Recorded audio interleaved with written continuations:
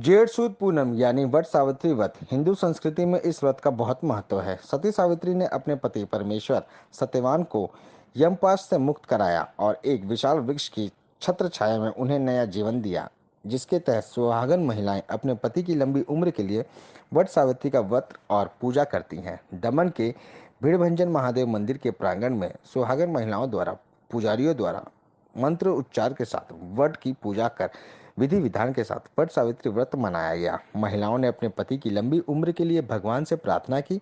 दमन के भिड़भंजन महादेव मंदिर में पिछले 15 वर्ष से वट सावित्री व्रत श्रद्धापूर्वक मनाया जाता है।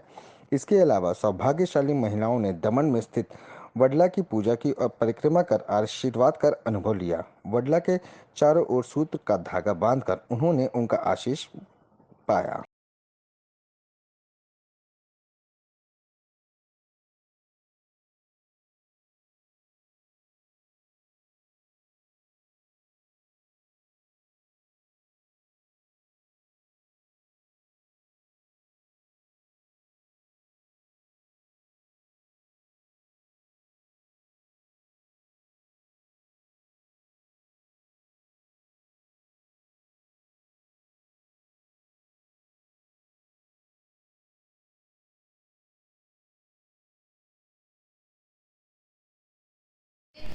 ओम श्री गणेशाय नमः। वेदपुरुषाय नमः।